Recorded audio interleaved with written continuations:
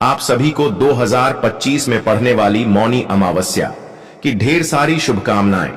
आज हम बात करेंगे कि मौनी अमावस्या, जिस माघ की अमावस्या भी कहा जाता है क्योंकि यह अमावस्या माघ के महीने में पड़ी है, तो किस दिन है मौनी अमावस्या की अमावस्या का महापर्व, क्या इसका महत्व है, मौनी अमावस्या क्यों कहा जाता है, व्रत कैसे किया जाता है, मौनी अमावस्या पर जो मौन व्रत रखा जाता है उसकी क्या विधि है और क्या उसका महत्व है।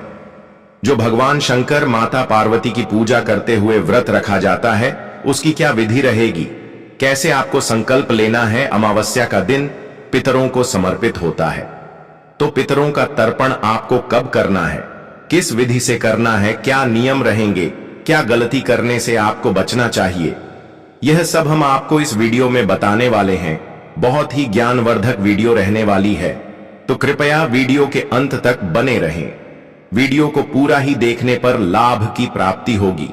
तो चलिए भक्तों, जानते हैं अमावस्या तिथि पर जो दान पुण्य का कार्य है, क्योंकि यह अमृत स्नान का दिन है, क्योंकि अमृत स्नान माघ मास में कुंभ का महापर्व चल रहा है। कई सालों बाद ऐसा दुर्लभ संयोग में महाकुंभ लगने जा रहा है।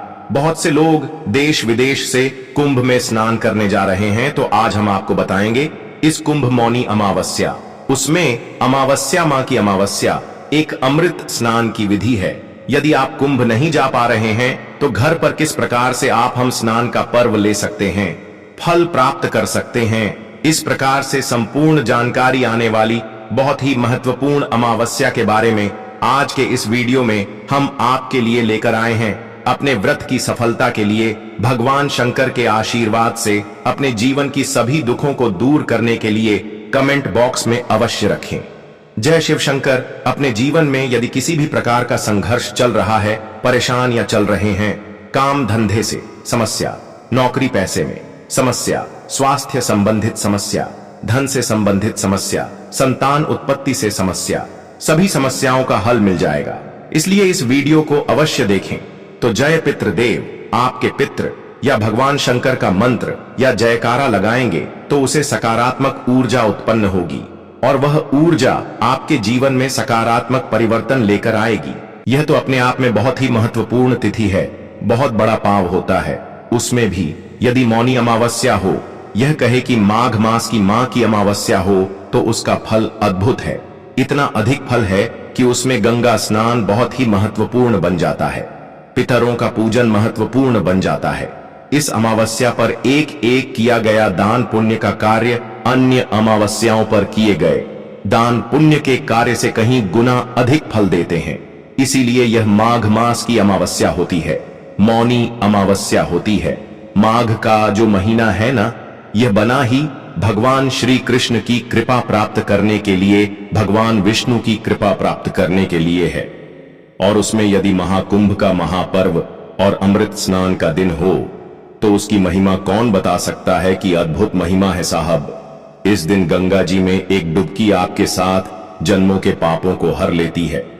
गंगा जी में लगाई गई एक डुबकी मौनी अमावस्या के दिन आपके जीवन को स्वर सकती है। एक दिन आपके पूरे जीवन के कासन का हरण कर सकता है। इतनी क्षमता है इस अकेले दिन में। बताएंगे आपको कि करना क्या है। शास्त्रों के अनुसार मौन व्रत से व्यक्ति के भीतर आध्यात्मिक उन्नति होती है, के माध्यम से वाणी की शुद्धता और मोक्ष की प्राप्ति होती है। यह व्रत आत्मिक शांति और साधना में गहराई लाने का एक सशक्त माध्यम का कार्य करता है। यहाँ तक माना जाता है कि इस व्रत को करने से साधक की वाणी में मधुरता आती है और उसका समाज में कद बढ़ता है, उसकी पहचान बड़ी होती है और मान सम्मान अधिक प्राप्त होता है। धार्मिक अनुष्ठान नहीं है, बल्कि यह आत्मनियंत्रण और ध्यान के माध्यम से मानसिकता के साथ अवसर भी प्रदान करें। योगासन के माध्यम से जिस प्रकार से आप आत्मीय शांति प्राप्त करते हैं, उसी प्रकार से मौनी अमावस्या पर किया जाने वाला मौन व्रत भी बहुत महत्वपूर्ण होता है। पान व्रत करने की विधि क्या है कि सुबह आप गंगा जी में स्नान कीजिए। गंगा जी में स्नान करने के बाद सुबह मौन व्रत का संकल्प लीजिए। संकल्प लेने के बाद आपने पूरा दिन कुछ नहीं बोलना होता है, शांत रहना है, शब्दों का प्रयोग बिल्कुल नहीं करना है। बिल्कुल मतलब बिल्कुल आप बोलेंगे ही नहीं और अगले दिन अमावस्या समाप्त होने के बाद ही आप इसको पूर्ण करेंगे, अर्थात बोल पाएंगे। संकल्प अवश्य ही लेना चाहिए। यहां पर हमने संकल्प आपको अलग से इसलिए नहीं बताया है क्योंकि यहां विधि बताएंगे, फिर जो अमावस्या व्रत होता है उसमें विधि बताएंगे। वीडियो बहुत लंबा हो जाएगा, विधि दोनों की एक ही है। ले अब हम बात करते हैं कि अमावस्या को पूजन कैसे करना है, सामान्य जन और क्या करते हैं, और जो व्रत किया जाता है ना अमावस्या पर, उसकी विधि क्या है, कैसे आपको व्रत करना है के बारे में चर्चा करते हैं। तो अमावस्या के दिन आपको सूर्योदय से पहले उठना चाहिए। उठने के बाद स्नान आदि करके सबसे पहले आप अपने मंदिर की साफ सफाई कीजिए और व्रत करने का संकल्प लीजिए। आज जो व्रत कर रहे हैं ना, इसमें माता पार्वती, भगवान गणेश और भगवान शिव शंकर की पूजा विशेष रूप से की जाती है। यह उन्हीं के किया जाने वाला व्रत है। तो सूक्ष्म सामग्री है जो सभी के घर में होती है, वह एकत्र कर लीजिए। एक तस्वीर आपके पास भगवान शंकर, माता पार्वती, गणेश जी की होगी या केवल शंकर भगवान की हो तो भी कोई बात नहीं। बात तस्वीर या प्रतिमा लीजिएगा, साथ में एक लोटे में जल लीजिएगा, उसमें थोड़ा गंगा जल मिल लीजिएगा, थोड़ी सी होली, थोड़ी सी मौली कुली फूल आपके पास हो तो उत्तम है। फूल माला लीजिएगा, एक धूप लगेगा और साथ में घी का दिया आप गोल बाटी वाला बनाकर उसको रख लीजिएगा। आरती करने के लिए आप कपूर की बाती के साथ कपूर का एक दिया रख, अक्सर आपने देखा हुआ कि जो लोग दिया रखकर आरती करते हैं तो आरती के समय दिया बहुत जाता है, तो वह सब माना जाता है। इसलिए आप कपूर का उपयोग करें ताकि किसी प्रकार की गलती हमारे द्वारा ना हो। नैवेद्य के रूप में अर्पित करने के लिए या तो फल रखिएगा या कोई मिठाई आपके पास घर में हो तो बाहर रख लीजिएगा। कुछ ना हो तो मिश्री भी आप निवेद्य के रूप में पूजा में अर्पित कर सकते हैं। मुझे आरंभ करने से पहले बताना चाहेंगे कि अमावस्या पर मांगी अमावस्या पर गंगा स्नान का बड़ा फल है। जी, आपको इस दिन गंगा स्नान अवश्य करना चाहिए। यदि गंगा जी में ना जा पाए तो सुबह जब आप स्नान कर रहे हैं न, स्नान से पहले आपके नहाने की जो बाल्टी में पानी है उसमें गंगा जल मिला लीजिए। पहले उसमें गंगा जल डालिए कि विधि है। गंगा जल मिलने की एक विधि है।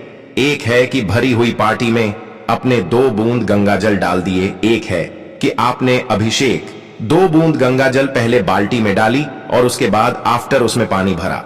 तो उचित जो विधि है वह यह कि पहले उसमें गंगा जल डालिए, जितना भी आप डालना चाहिए, जितना डाल सकते हैं। उसके बाद उसमें पानी भरी थोड़े से काले तिल इसमें डाल लीजिए। अद्भुत महिमा है काले तिल और गंगा जल की, दोनों को मिला लीजिए, पानी भरिए और उसके बाद आप स्नान कीजिए। पीतल जल से स्नान करना चाहिए माघ के महीने में। वैसे तो अगर आप मार्ग स्नान कर रहे हैं तो शीतल जल से ही करना चाहिए, कि यदि बाकी दिनों में ना हो पाए तो आज के दिन आप शीतल जल से स्नान कीजिए। एक बात हम यहां पर बताना चाहेंगे विशेष रूप से कि देखिए, हम किसी को बाउंड नहीं कर रहे हैं।